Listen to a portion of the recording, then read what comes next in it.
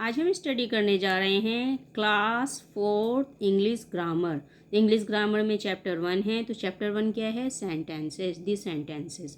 तो सेंटेंसेस क्या होते हैं? जो भी हम कुछ बोलते हैं उसको हम कहते हैं सेंटेंसेस। देखिए, look at the picture and read the sentence given below them. तो यहाँ पर देखिए, यहाँ पे कुछ तस्वीर दिखाई गई हैं। तो उसमें क्या है? उसके नीचे कुछ लिखा हुआ है। तो उसको हम पढ़ते, the farmer is ploughing the field, the cobbler mends our shoes, the washerman is washing clothes. तो यहाँ पर देखिए, यहाँ पे फार्मर क्या कर रहा है? फील्ड को प्लॉग कर रहा है।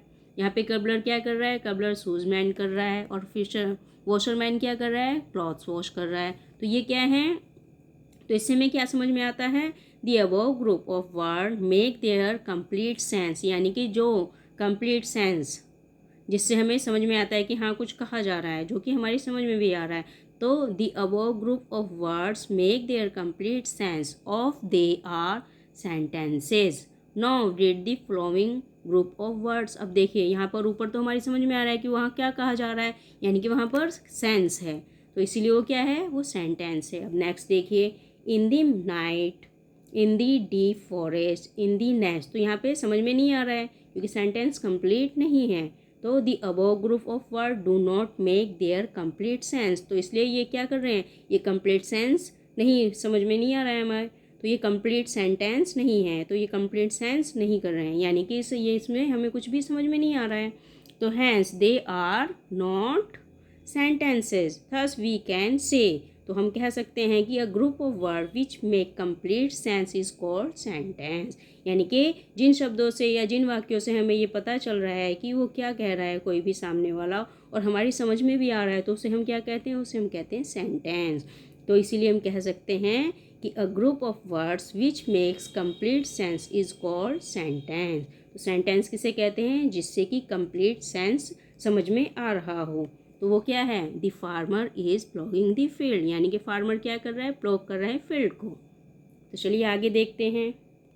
अब देखते हैं पार्ट ऑफ सेंटेंस, यानी कि सेंटेंस के पार्ट कौन कौन से होते हैं। Read the following sentence carefully. Aman read book, Neetu write a letter. तो यहाँ पे क्या है? अमन क्या कर रहा है? किताब पढ़ रहा है। और नीतू क्या कर रही है? नीतू एक लेटर राइट कर रही है। तो in the above sentence the word Aman and Neetu are doers of the actions. तो ये क्या कर रहे हैं? ये कुछ ना कुछ कर रहे हैं।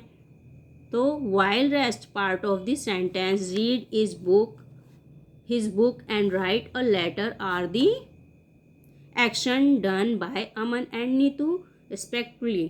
तो ये जो है यहाँ पे किसके द्वारा किया जा रहा है? ये अमन और नीतू के द्वारा किया जा रहा है। तो नीतू के द्वारा क्या किया जा रहा है? एक लेटर लिखा जा रहा है। और अमन के द्वारा क्या किया जा रहा है? एक बुक को पढ़ा जा रहा है। तो यहाँ पे किसके द्वारा कार्य किया जा रहा है? अमन और नीतू के द्वारा। तो thus a sentence has 2 parts. तो एक सेंटेंस के कितने पार्ट होते हैं?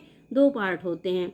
तो देखिए, subject is the doer of the action of the person or thing which is talking about it, can be a noun or a pronoun. Predicate receive the action. तो predicate क्या करता है? एक्शन रिसीव करता है। और subject क्या करता है? सब्जेक्ट वो करता है एक्शन को। तो जो एक्शन कर रहा है वो क्या होता है? वो होता है सब्जेक्ट। और जो एक्शन होता है वो क्या कहलाता है? वो कहलाता है प्रेडिकेट। तो यहाँ पर देखिए, सब्जेक्ट क्या है? अमन है। और प्रेडिकेट क्या हो गया? Read his book. तो यहाँ पे सब्जेक्ट क्या है? नीतू है।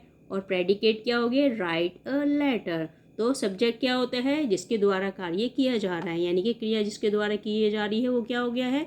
वो हो गया हमारा सब्जेक्ट। और प्रेडिकेट जो उसके द्वारा किया जा रहा है उसे हम क्या कहते हैं? उसे कहते हैं हम प्रेडिकेट। जैसे अमन, अमन सब्जेक्ट है क्योंकि वो कार्य कर रहा है। और प्रेडिकेट क्या हुआ? जो उसके द्वारा कार्य किया जा रहा है। समझ में आया? चलिए अब काइंड्स ऑफ सेंटेंस देखते हैं। There are 4 kind of sentences. तो ये 4 प्रकार के सेंटेंसेस होते हैं। पहला स्टेटमेंट और डिक्लेरेटिव, और दूसरा इंटेरोगेटिव सेंटेंस, और तीसरा होता है इम्परेटिव सेंटेंस, और चौथा होता है एक्सक्लेमेटरी सेंटेंस। तो चलिए देखते हैं। सबसे पहले डिक्लेरेटिव सेंटेंस। मेक्स स्टेटमेंट और remark like Jawaharlal Nehru was the first prime minister of India. तो जहाँ पे सेंटेंस ख़त्म हो जाता है, यानी कि फुल स्टॉप लग जाता है, तो वहाँ पे वो क्या हो जाता है? वो डिक्लेरेटिव सेंटेंस हो जाता है। उसी प्रकार से the peacock is a beautiful bird, यानी कि जहाँ यहाँ पर भी फुल स्टॉप लग गया, उसके बाद कुछ भी नहीं कहा जाएगा, तो ये क्या हो जाएगा? ये हो जाएगा हमारा declarative sentence. A declarative sentence end with a full stop. तो एक डिक्लेरेटिव सेंटेंस की पहचान क्या होती है? उसकी पहचान ये होती है कि लास्ट में उसमें क्या लग जाता है? एक फुल स्टॉप लग जाता है, यानी कि वाक्य खत्म हो जाता है। तो उसे हम क्या कहते हैं? उसे कहते हैं डिक्लेरेटिव सेंटेंस। अब देखिए interrogative sentence. Ask question like what is your favourite food, who are you, who teach you English, where do you live. तो जब हम जहाँ पर क्वेश्चन मार्क लगा होते हैं, यानी कि किसी से कुछ भी हम पूछ रहे होते हैं, यानी कि हम क्वेश्चन कर रहे होते हैं, तो वो क्या होता है? वो होता है इंटेरोगेटिव सेंटेंस। किसी से कुछ भी पूछना होता है, चाहे उसके नाम के बारे में पूछना होता है, चाहे उसकी हॉबीज़ के बारे में पूछना है, तो जहाँ पर क्वेश्चन मार्क लग जाता है, तो जब हमारा क्वेश्चन मार्क लग जाएगा तो वो क्या हो जाएगा? वो हो जाएगा हमारा इंटेरोगेटिव सेंटेंस। तो इसमें क्या होता है? आस्क क्वेश्चन लाइक, यानी कि उसमें क्वेश्चन पूछा जाता है what is your favourite food, तुम्हारा पसंदीदा भोजन क्या है। हु आर यू, तुम कौन हो। हु टीच यू इंग्लिश, तुम्हें इंग्लिश कौन पढ़ाता है। वेयर डू यू लिव, तुम कहाँ रहते हो। तो यहाँ पे कुछ ना कुछ पूछा जा रहा है, तो जब कुछ पूछा जाता है तो वहाँ पर क्या होता है? वहाँ पे क्वेश्चन मार्क लगता है। तो जब क्वेश्चन मार्क लगता है तो वहाँ पे होता है इंटेरोगेटिव सेंटेंस। तो देखिए N interrogative sentence end with a question mark. तो एक इंटेरोगेटिव सेंटेंस का एंड कैसे होता है? क्वेश्चन मार्क के साथ होता है। चलिए आगे देखते हैं। अब है हमारा इम्पेरेटिव सेंटेंस। तो इम्पेरेटिव सेंटेंस क्या होता है? Imperative sentence express command and order like please give me a pen, give me your pen, come here. तो यहाँ पे क्या होता है? यहाँ पे किसी को कमांड दी जाती है, यानी कि कुछ करने के लिए कहा जाता है या किसी को ऑर्डर दिया जाता है। तो वहाँ पर कौन सा सेंटेंस हो जाता है? वहाँ पे हो जाता है इम्पेरेटिव सेंटेंस। तो जब हम किसी के लिए कुछ करने के लिए बोलते हैं, यानी कि तुम मेरे लिए एक गिलास पानी ले आओ, तुम ये कर दो या वो कर दो, कुछ भी करिए, please give me your pen, या कम हियर, गो देयर। तो यहाँ पे क्या होता है? यहाँ पे होता है हमारा इम्पेरेटिव सेंटेंस। तो इसमें क्या होता है? इसका भी अंत कैसे होता है? फुल स्टॉप के द्वारा। तो imperative sentence also and with a full stop. तो इसका भी अंत किसके द्वारा होता है? फुल स्टॉप के द्वारा, यानी कि लास्ट में इसमें भी एक फुल स्टॉप लगता है। अब देख ले exclamatory sentence express strong sudden feeling of joy, pain or surprise like how beautiful is rain. यानी कि जो कुछ चीज़ें अचानक से हो जाती हैं, जिसके हमें कुछ समझ में नहीं आता, जो सडन फीलिंग होती है, अचानक से होती है, चाहे वो खुशी हो, चाहे वो दुख हो, चाहे वो दर्द हो, उसमें कुछ भी हो सकता है। तो वहाँ पे क्या होता है? वहाँ पे हमारा होता है एक्सक्लेमेटरी सेंटेंस। तो how beautiful is the rain. तो यहाँ पे देखिए, यहाँ पे एक लगा हुआ है ना डंडा और छोटा सा बिंदु, तो यही इसका चिन्ह होता है। एल alas my dog is no more, यानी कि उसको दुख हुआ है। और ऊपर क्या है? रेन इज़ ब्यूटीफुल, यानी कि उसको क्या, जो बारिश है वो सुंदर लग रही है। तो यहाँ पर क्या हो जाएगा?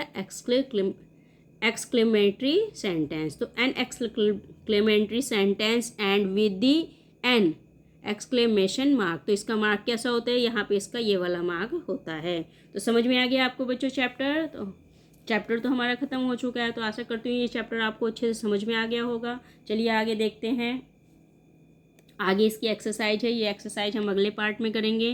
तो ये चैप्टर हमारा यहीं ख़त्म होता है। यदि आपको आगे के चैप्टर्स चाहिए तो चैनल को सब्सक्राइब कीजिए, लाइक और शेयर कीजिए, ताकि लगातार आपको आगे के भी चैप्टर मिलते रहें।